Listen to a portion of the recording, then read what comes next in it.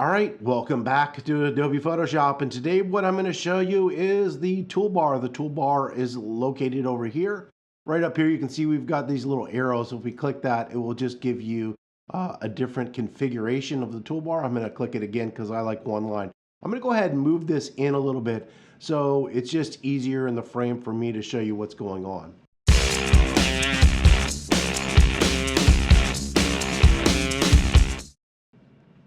So this is our toolbar, and we're not going to go through every single thing in the toolbar because at this point, it's not going to be beneficial because you're going to get too much information and it's going to be difficult to remove. So we're going to take a look at the basic functions. So you'll remember in the toolbar, if you look at it, this one right here has got this tool. This is the move tool. And down here, it's got this little arrow. And that arrow signifies that there's another tool under it, which would be artboard. In this case, we're going to keep it on the move tool. To the right-hand side, you will see a letter. And that letter corresponds with the quick key on your keyboard. If I'm on this tool and I hit the letter V, it's going to go ahead and switch and go to the move tool, which is in the top. The move tool simply does exactly what it says. And I can't go through every scenario of what that means, but for a basic example of how the move tool works, we will simply grab the lasso tool. I'm going to click on the image layer because if I copy this, it's not going to get the image. We're just going to go ahead and circle this guy's face, hit Command C or Control C on a PC. That copied that location. Then if I hit Command V, you noticed it pastes that image. Then I can simply hit the letter V. That's going to give us the move tool, and it simply allows me to move something around the screen. It can move text, it can move selections, it can move a whole bunch of different stuff. But this is what we call the move tool. I'm going to go ahead and turn that layer off. Right over here, you see a bunch of layers. Don't worry at this point what they are. All you need to do is focus on what we're doing up here. The next tool we have is the rectangular marquee tool. And if we click and hold, you can see we get an elliptical, a single row, and a single column marquee tool. We're just going to go ahead and leave it on the rectangular tool. You simply left click and drag, and it makes a rectangular selection, which in photography isn't so helpful. In graphic design might be more helpful because you might be using those things. So if I wanted to select this guy, the rectangle marquee tool is really not going to do anything beneficial. If you just click and drag, it will allow you to create any shape. I'm going to hit Command Z to undo this. And I'm going to hold the Shift key. And when I hold the Shift key, it keeps the proportions same. So I'm going to make this a square image when I do it.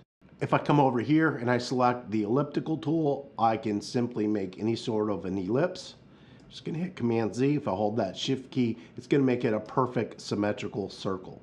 So those are the selection tools. Don't really use those that much in organic photography. Next, we have something here. This is new to Photoshop as of a couple of years ago. And it's not doing anything new. It's just a different way to do the same thing. And this is called the selection brush. So if I select the selection brush, I can left click and hold my mouse and I can paint over the area that I want to select. So in this case, I'm just brushing in the face. And you'll notice in the center of that, it's very hard to see. There's a little plus. That means we're adding to the selection. I can toggle this and hold the Option key, and you'll notice that turns to a minus. And if I go over the minus, it will deselect from the selection. So anything that's in that kind of weird magenta color is going to get selected. Anything that's just regular black and white isn't going to be selected. So I've let go of the Option key. I can come back in here and I can select that. If I wanted to select this area, I could select this area. And if I wanted to add this up here, I could add this area. All right, that is what we call the selection brush. At this point, it doesn't do anything but make a selection. Basically, you have to take the selection brush and then go over here to an adjustment. This is a non-destructive adjustment, and it's called a adjustment layer. And you can see those over here. So whenever you do something in Photoshop non-destructively using an adjustment layer, and we'll simply just do curves, I'm going to select that. What you'll see is that selection disappeared. However, that selection is shown in what's called a mask. So masks work like this. Anywhere there's white, we will see the adjustment. In this case, it's a curve. Anywhere there's black, the adjustment won't happen. And inside Photoshop, essentially this is what you're doing. Right over here on the right-hand side, these are all masks. If you look at this mask right here, it's totally white. So whatever I do here is going to happen in the entire photo. If I hit Command I and make it black, you can see it's removing that black and white adjustment. If I hit Command I to make it white, it's showing the adjustment. If I turn the eyeball off, it removes the adjustment. So in this case, we're just going to leave it off. And we're going to select this adjustment, which is a curves adjustment, and we'll just brighten it really bright so you can see what's going on. It doesn't look good, but you can see the adjustment we made is only happening in this location, and this location, which corresponds with this mask over here on the right-hand side. Because white shows the adjustment, black hides the adjustment. What do we do? Let's go ahead and delete that. We identify an area in the image that we want to adjust. So let's say we just want to adjust the face here. I'm going to go ahead and brush that in. And if you want to change the size of your brush, the easiest way for right now is on the keyboard next to the letter P. There are two bracket keys. I'm going to hit the right one, and that increases my brush size. The brush is the circle with the white line. The blue line is just the cursor I use for tutorials to show you where I'm at. The left bracket key reduces that. And we're just going to come in here and brush in the face. We'll actually do the whole body just for the fun of it. And now we've made that selection. That selection is not doing anything until we come over here and we select something over here. So if I wanted to posterize that, which is going to look really funky, we're going to go ahead and select that, and it's going to posterize the area that was selected. And it takes that magenta color and turns it into a mask, because Photoshop needs a mask to selectively edit an image. Just in the area that was selected, which is right here, it has posterized that image because that's all I've told it to do. So just to show you the old way, you could essentially just take your brush, which is a brush, and we can come down here. These are our foreground and background colors. Right now it's black. Well, we want white because white will show it. So if I wanted to add that to this location, I can simply paint white into the mask. You can't be on the adjustment, you need to be on the mask. So if you paint white into there, you can see it's just going to posterize that image. So it's added that to the mask. I'm going to hit the letter X. What that's going to do, it's going to flip this. So it's going to make the white black and the black white. So I'll hit X. Now the foreground color is black. So if I paint black into the mask, it's going to remove that adjustment from this image.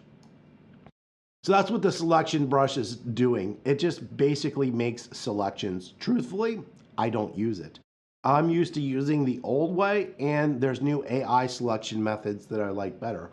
But it is something new. If you want to try it out, that is what we call the selection brush. Down here, the next thing we have is the lasso tool. The lasso tool's been around forever. It's the quick key L. If we click on that, we have the polygonal lasso tool. And if you didn't do a custom one, you'll also see the magnetic lasso tool. I don't think I went over how to do it, but I removed that. If you remove a tool from your toolbar and you click these three little dots right here and hold it, you'll see that the magnetic lasso tool is active. So anything that you remove is always available. You just need to click those little three dots. So we're going to go back up to the lasso tool. So the lasso tool is simply a free-form selection tool. So I'm going to come here and just delete this. To keep this easy for people to understand, I'm going to go Image, Layer, Flatten Image. It's just going to remove all these layers that we see over here. All right, so we just have a single image. It's just going to make it simpler and non-confusing. If I want to select this person, and look, this is doing the exact same thing that we did with the selection brush. I can simply just draw a circle around my subject, and it's going to turn it into the marching ants. That area is selected, okay? I can then come over here, do the exact same thing, make a curve. It is automatically going to make that mask. So here's what the mask looks like. And then if I make that adjustment, it's only going to happen in that area. So what you can see right here is it's got this really harsh line. And this is native to the lasso tool. The lasso tool actually allows you to adjust what we call a feather. And this is a way to blend an adjustment. Now, obviously, this adjustment here was strong. We're going to go ahead and remove that. So what we're going to do is we're going to take that same lasso tool. I'm going to select the feather and make it 55. And basically what that means is it's going to feather it out 55 pixels. So we'll see what happens. So I'm going to make the exact same selection. I'm going to hit the curves tool again, and I'm going to make that adjustment. And what you can see is we're not getting that harsh edge because this adjustment, brightening it, it's feathering it out from 100% to 0%. Let's look at the mask. If we look at this mask, we can see the feather. It's gradating it out so the transition is more seamless from this location to this location. Turn this one on. You can see how harsh it is. So here's the adjustment. There's no transition period. It just goes over. So what happens is, will we see that? So if you look at this, you get that hard edge. Turn that one off and turn this one on. We're blending that out. The question is, how do you know what to set the feather at? The larger the area that you select, usually the higher the feather. Usually I do like 77, 55, only because it's easy to hit the same number twice. Is there a difference between 50 and 55? No. Now, if you come in here and we're going to try to just select his eye, because I know it's not going to work. So I'm going to select that eye, and it's going to give us this little disclaimer. What that means is the feather is too large for the area that you've selected. Like, it can't feather it out. So when you make a smaller selection, we need a smaller feather. So now I put in 11, and I'll go in here, and it's able to make that selection because I've narrowed that down. So the smaller the selection, the smaller the feather. The larger the selection, the larger the feather in general. So just like what happened with the selection brush, I'm going to select that face, okay? But what if I want to select this head over here? If I just left click and draw around, you'll notice what happened is it removed that. So every time I left click, it starts a new selection. So in this case where I selected the head and I want to come over here, we need to do something called add to the selection. And so this is going to be one of the first things I teach you in Photoshop, is that your left hand or the keyboard is basically a toggle switch. You're going to toggle on a whole bunch of keys, and those keys are Option, Shift, Command on a Mac, and it's going to be Shift, Alt, Control on a PC.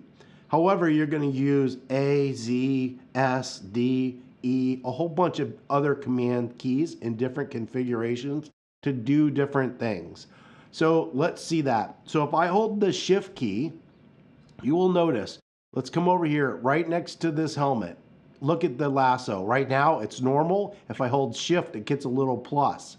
That means we are adding to the selection. So if I hold Shift and I circle this, it didn't delete that, it added to that. And if I don't like that, you'll notice if I hold the Option key on a Mac or the Alt key on a PC, it turns to a minus. So I can hold the minus and circle around the outside of it, and it will get rid of that.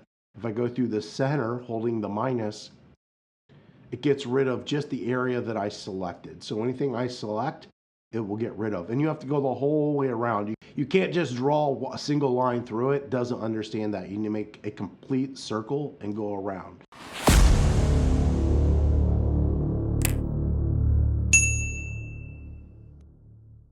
And so this works exactly the same as we saw before. I'm going to come in here because I'm going to make a bigger selection. We'll do 55 again. I'm just going to click on that. Anywhere you click gets rid of it. I can make a selection. I can come over here, and then I can simply adjust something. In this case, I'm just adding color, which makes no sense, but that selection created a mask. In that area, I added the color red to that area. That's what a selection does. It identifies an area that you want to adjust. Sorry if my voice sounds a little weird. I've been sick. Lasso tool. You'll notice under here we have what's called the polygonal lasso tool. It's exactly the same, but it allows you to draw straight lines. So if I want to select this sign, like trying to draw a line is hard. But if I go to the polygonal lasso tool, I simply just left click and let go, and then click and let go, click and let go, click and let go, click and let go. Now watch this. Notice next to the little polygonal lasso tool, when I get to the end, it gets that little circle. That means you've closed the selection. You need to get that to end the selection. So if I click that, it automatically turns it into a selection. I could come in here, make a curves, and I can darken that up. That's the polygonal lasso tool. However, there's a top secret maneuver here. We don't actually need to ever select the polygonal lasso tool because there's a better way to do it. So I've deleted all those layers just so it's simple to see. We've got our lasso tool, and basically I'm gonna come in here and I'm gonna select the outside of this with the lasso tool, and then I'm gonna switch to the polygonal lasso tool to do some straight lines to go around this. So you can see here, I'm just free forming and I'm drawing with my lasso tool. Doesn't have to be as exact as you think it needs to be, especially with a high feather. Right here, I'm gonna stop. On a Mac, you're gonna hold Option. On a PC, you're gonna hold the Alt key and keep it mashed down, don't let go. And then I'm gonna let go with my left click. And then I'm gonna drag out. And you can see it automatically turns into the polygonal lasso and sets a point. So I can go out here, left click, adds a point. Right here, adds a point. Right here, adds a point, adds a point. I'm gonna let go, freeform draw that circle. Then I'm gonna hold down the Option or Alt key again, let go with the left click. I know it's a little bit weird to do.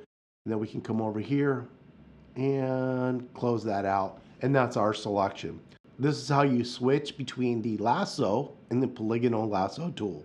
This is probably the oldest selection tool on the toolbar, and I actually still use it because it's that functional. I don't use it all the time. That is the lasso and the polygonal lasso tool. I'm gonna get rid of that, and I'm gonna show you the tool that I don't have active because I don't like it, and that's the magnetic lasso tool. And the reason is there's way better tools. This has always been around. So I'm gonna left click and hold, and I'm gonna draw a line around what I want selected. And you can see the computer is trying to set points. This is actually called a path. And it's creating a path. It's just kind of looking at contrast or difference in areas and trying to automatically create that, all right? If you don't close out the point, I'm gonna let go of my left click and just drag. You're gonna see it's gonna go crazy. Anywhere I go, it draws that line. You have to close it out, meaning you have to go back to that original point and get that little circle and click it, and then it turns it into a selection. I don't need that. There's better selections using AI now. I just don't find it helpful. I'm gonna hit Command D or Control D. That's the deselect command. The last selection method we're gonna take a look at that's available in the toolbar. There's other selections in different locations you can see down here. But this one is called the object selection tool. And this is using artificial intelligence. So I'm gonna click this, and you can see the computer's working up here. It's spinning, it's thinking, and it's identifying objects in the image. And once it gets done doing this process, right here, it's under select people. All right, that took a little bit because it's a complicated image. But basically it's analyzed the image, and if I come down here, you can see it's selecting areas. And I can just hover my mouse around, and any area that it's found that it might need to select is available. So you can see it's analyzing and understanding that that guy has eyebrows, and that has a nose, and then it has a mouth, and then it has an ear, or this is an object. Why? Because right now it's under select people. And if I hold that down, you can see there's the gentleman. If I select him, notice it is selecting his whole body.